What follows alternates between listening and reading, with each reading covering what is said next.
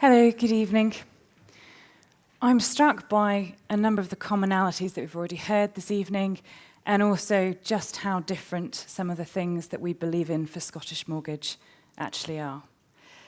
We would utterly embrace the idea of reading as much as you can, as widely as you can, not from the traditional finance sources of broker research and the FT, but from as varied sources as possible. We would also say that being different as investors is usually a good place to start for looking for differentiated returns.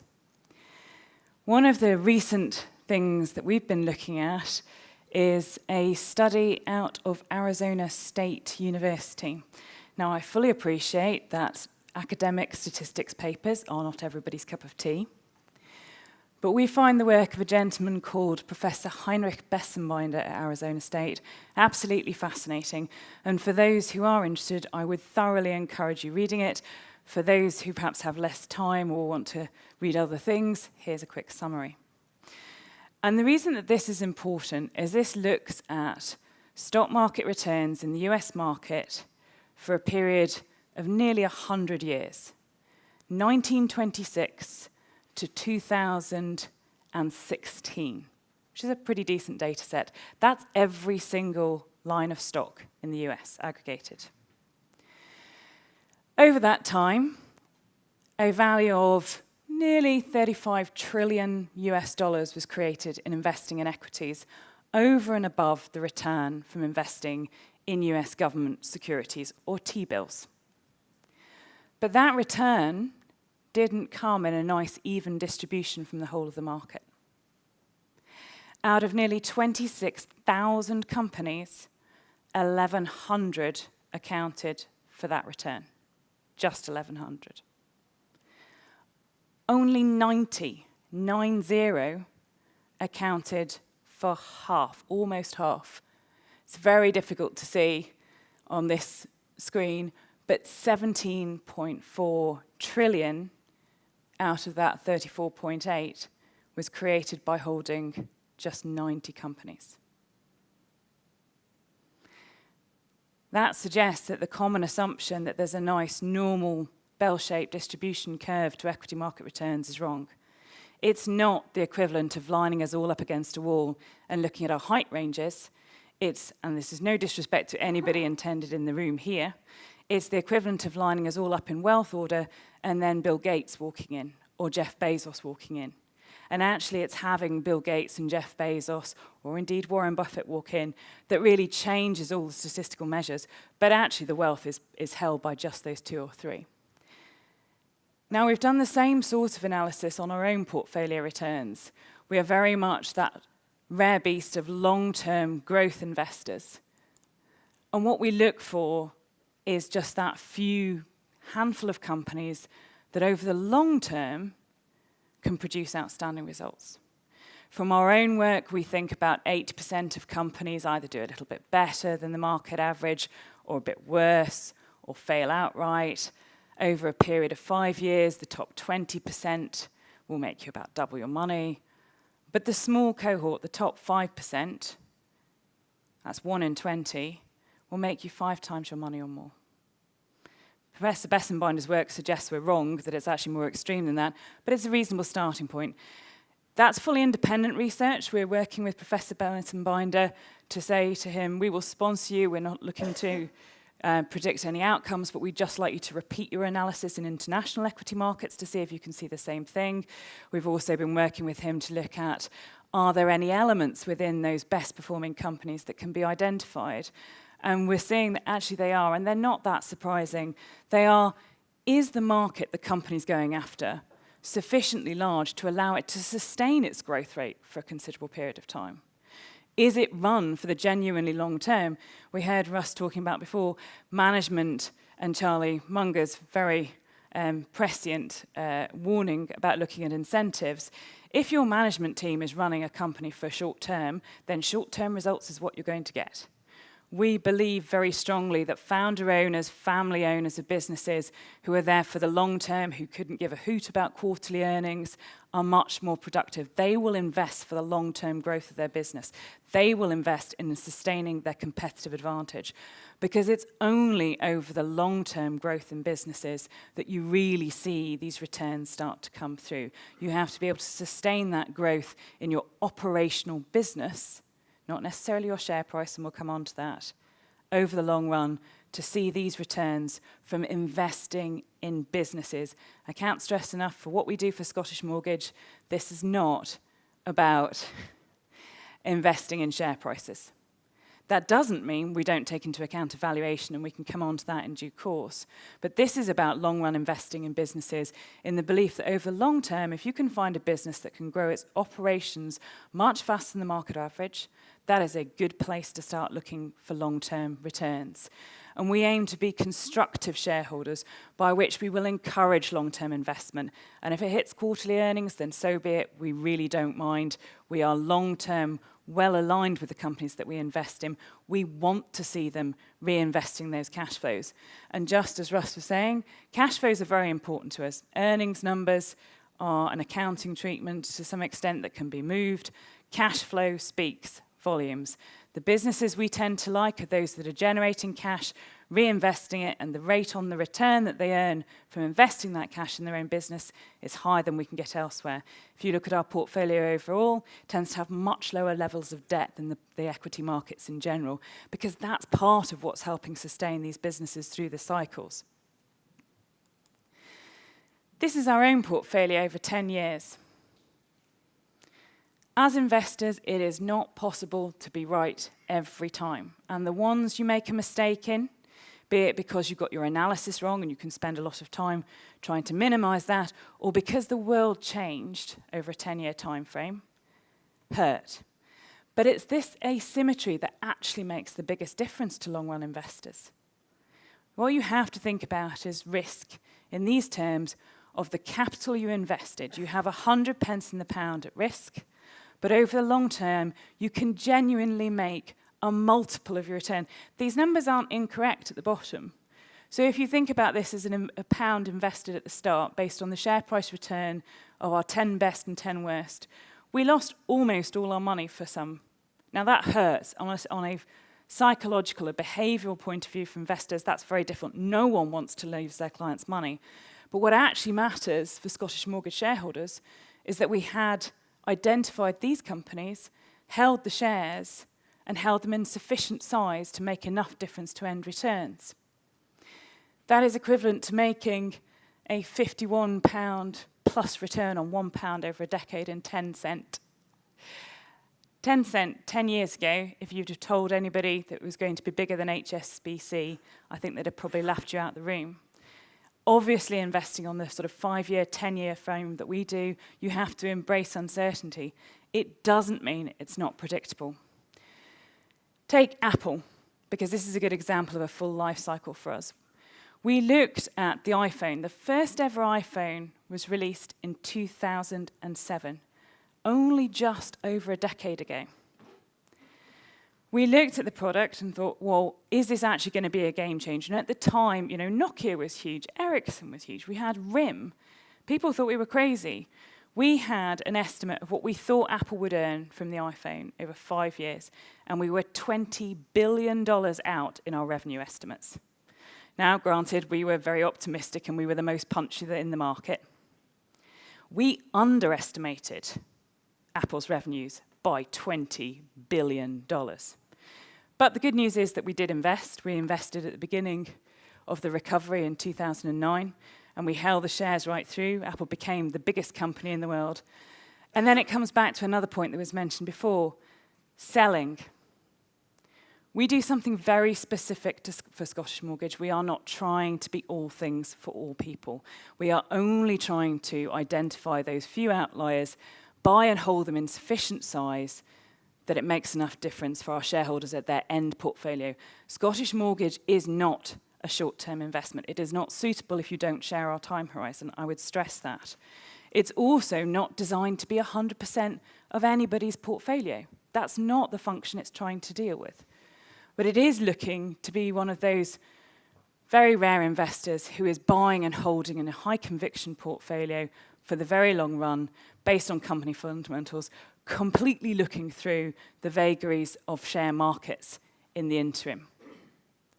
We sold out of Apple, not because it's not a good company with extraordinary cash flows. If you like, it is absolutely no surprise that Warren Buffett is looking at it. It is a value company, we would say from here. It's a fantastic royalty stream. But where is the next end addressable market that is sufficiently big enough to move the dial for Apple to make it 5 times its size from here? Unless we still believe that a company, no matter how big it is, can make that hurdle rate, then it's not a company for Scottish Mortgage, and we sold out of Apple.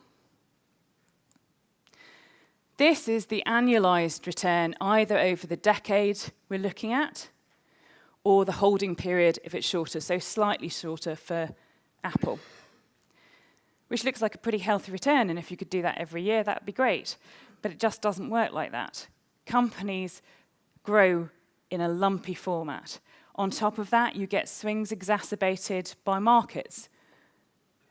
This isn't one smooth line that goes from the bottom left up to the top right. You can look pretty stupid on the way through. This is the maximum drawdown period. In every single one of these, you can see that there have been significant drawdowns. This is why it's difficult to be a long-run investor, but we would say very valuable. This is not just a function of the financial crisis. Amazon is our largest holding, and it repeatedly swings by a lot because it doesn't try to give guidance to Wall Street on what its quarterly earnings will be. It reinvests all of its cash flows. If you do a cash flow analysis on Amazon, we would say it looks pretty healthy. If you look at the areas it's investing in to grow, we would say these are huge opportunity sets that Amazon has a clear competitive advantage in doing it. Jeff Bezos describes it as investing much along the same way we think about it, that if you get a 10% chance of making 100 times your money, you should take it every time. But he also goes on to say, but you will fail 9 times out of 10. The point is that the asymmetry means you will still make money overall. You have to be prepared to take an investment and accept that there's inherent uncertainty. You have to be prepared to take that risk. What you need to do is understand what you're actually investing in. So how do we think about risk?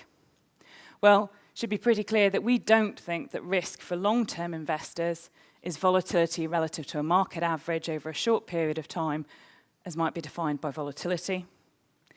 We don't think it's uncertainty. We think it is the permanent destruction of capital by poor investment decisions over your time frame. Risk is defined by reference to your time frame. If you have the luxury of being a long-term investor, by which I mean 5 years or more, you can turn time and volatility to your advantage because there's not very many people prepared to do that. So this is how we think about our portfolio. If you will, the real-world risk exposures. And I'm going to talk about some of the areas we're most excited for that offer us the chance to find companies that have large end addressable markets, clear competitive advantages, that we believe have a real chance of being one of those outlying companies we were talking about. And you can see that some of them do overlap. There's not a tendency to label companies as either one thing or another. We think that just doesn't make sense. There are clear overlaps. And the first one I'm going to look at is at Moore's Law. So Moore's Law is a term that was coined back in the 1960s, that computing power would roughly double in capacity every 12 months. It was amended then in the 70s to say that it would double roughly every 24 months. We think, had you really understood and thought about the implications of that as an investor, that would have been incredibly valuable for you because you could have predicted the course of the next 30 years. Maybe not exactly which year it happened, but that clear trend was in motion. We invest in a company in Eindhoven who is driving that forward by an extraordinary man called Martin van der Brink, who is responsible for the next generation of the machines that etch semiconductor chips that have taken the ability to etch down to 1/5,000th of a human hair. And he has been very thoughtful in explaining and saying, look, you don't understand how long this is going to mean Moore's Law can perpetuate for and how many industries this impacts. This really matters. Understanding the companies you get to invest in, learning from those who are at the cutting edge of what they're doing is truly valuable to long-term investors.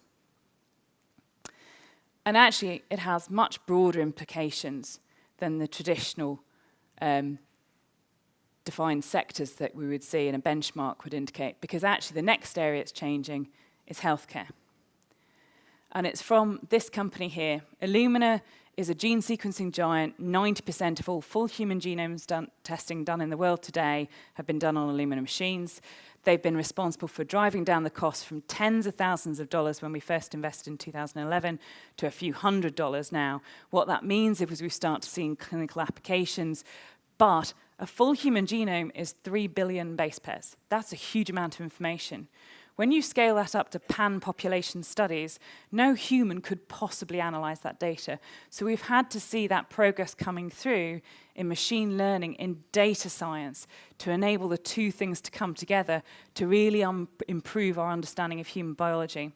And in the interest of time, I'm just going to highlight two companies that is directly impacting, that are really exciting, with huge potential. The first is actually one that we got to invest in because we've been long-term shareholders in Illumina. That's Grail.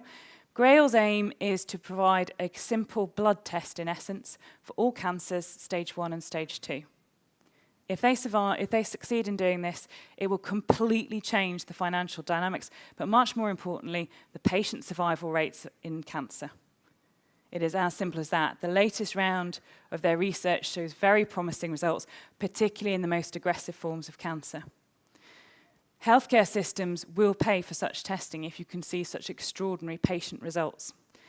There's a nearer to home, more immediate example that's in the portfolio that is a company called HeartFlow. Coronary artery disease is one of the world's largest killers.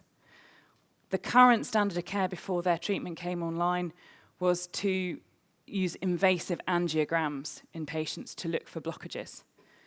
What HeartFlow does is use CT scanners, which are in most hospitals, combined with fluid dynamics and machine learning to run tests to diagnose coronary artery disease.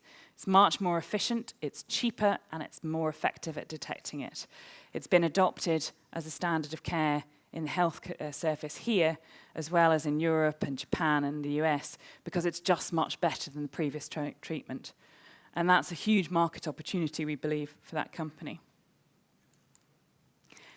One of the circles you didn't see, but we could put up, is simply China. There is a huge structural shift taking place in the world today that is very hard to think about. And that is just how important, as we heard Jason talking about in Asia, the growth is going to be there. China really matters. It has better data, it has better education systems. It's being far more thoughtful about the new developments in healthcare and what that can bring to it. And there are a number of companies that are actually leading that forward. I'm mindful that when Scottish Mortgage began 100 years ago, we were having much the same debate about another emerging market, America. And there was some discussion as to whether Argentina, that was a much more established company, would be a better bet for putting your money into. Fortunately, we invested in the US railroads. Alibaba is an extraordinary company responsible basically for e-commerce in China. Its money market fund has been going for less than a decade. It's now over $100 billion. Last year, it overtook JP Morgan's money market fund to become the largest money market fund in the world in just a few years. Our own rather more modest firm took about a century to reach that milestone. The rate of growth in Asia is being underappreciated by markets because many people just find it very difficult to think about these long-run, accelerating growth rates and exactly how valuable they could be over time.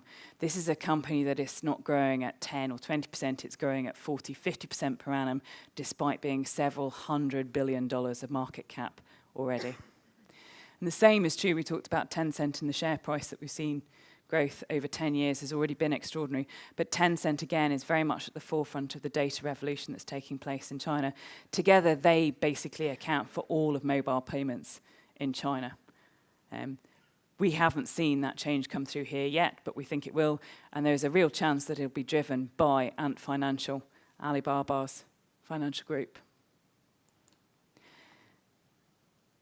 Alibaba was bought for Scottish Mortgage in 2012 as a private company. There is a real structural shift here. This wasn't a venture capital company. This was a company at a $45 billion market cap size when we invested. Taking that stake has given us a long-run relationship with that company that is proving extremely valuable. If you want to understand what's happening in China, you need to know what Jack Ma thinks, because he is part of the government's plan to roll out that move to a domestic-led consumption economy. I would completely agree with what Jason said. No company can be analysed in a vacuum. It's not true to say that you can either be a bottom-up company-led investor that takes no account of the wider market. It just means which bits that you take account of might change depending on your time frame, but it's absolutely critical in terms of the background, and those who are leading the forefront are most valuable in helping you understand that. Xi Jinping declaring himself as leader did not come as a shock to our Chinese colleagues. For them, it had been obvious for quite some time. They have a much better understanding from inside as to where the Chinese Communist Party relationship with the wider populace is. And again, that's really valuable to what we do. Spotify, I'm sure people are familiar with. It has grown to an extraordinary level as a private company. Indeed, Daniel Ek, who runs the company, says he couldn't have made the investment as a public company he needed to achieve what Spotify has done. When it became a public company, it didn't raise a single dollar. It just converted its shares onto the public markets.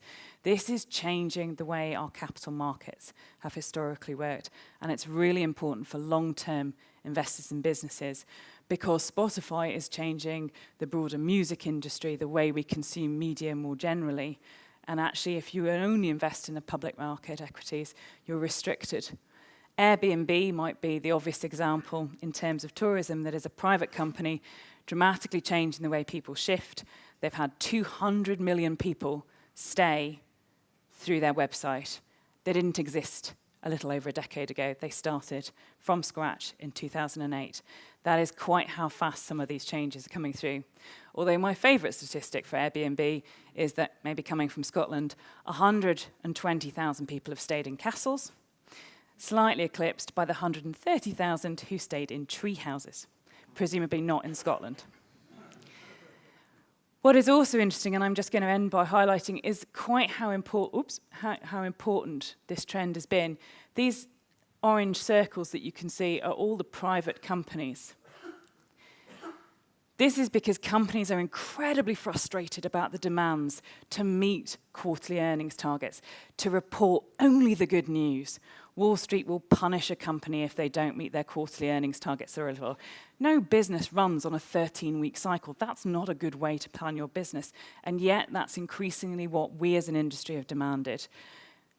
Companies are crying out for shareholders who are prepared to be long-term supportive, who are prepared to think about long-term competitive advantages, how you might invest for that.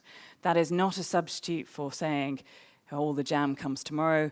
We absolutely look at a number of characteristics, including that very sensible check of what does your cash flow characteristics look like. That is how you sustain your business. Have you got high leverage in there? That's a very difficult thing to sustain if you're not seeing your returns coming through in other areas. But if you can generate cash flows and keep investing in your own businesses, fund it out of those cash flows, if you don't drop it through to the bottom line, whether you're Amazon or whether you're Airbnb, we're quite happy to invest for the long run, because in the long run, if you can grow your businesses like that and become a real giant across a worldwide market, that's a pretty interesting place to look for businesses. I'll leave you with one final thought, which is you can do this for yourself, but why not let somebody else do all the hard work? If you are going to let somebody else do the hard work, don't give away your returns in the cost structure they charge for it. This can and should be done at a reasonable cost for all, to the benefit. We hope that what we do for Scottish Mortgage allows our shareholders to benefit from some of the structural changes we see in the world today by the growth of the businesses themselves who are leading that change. Thank you very much for your time.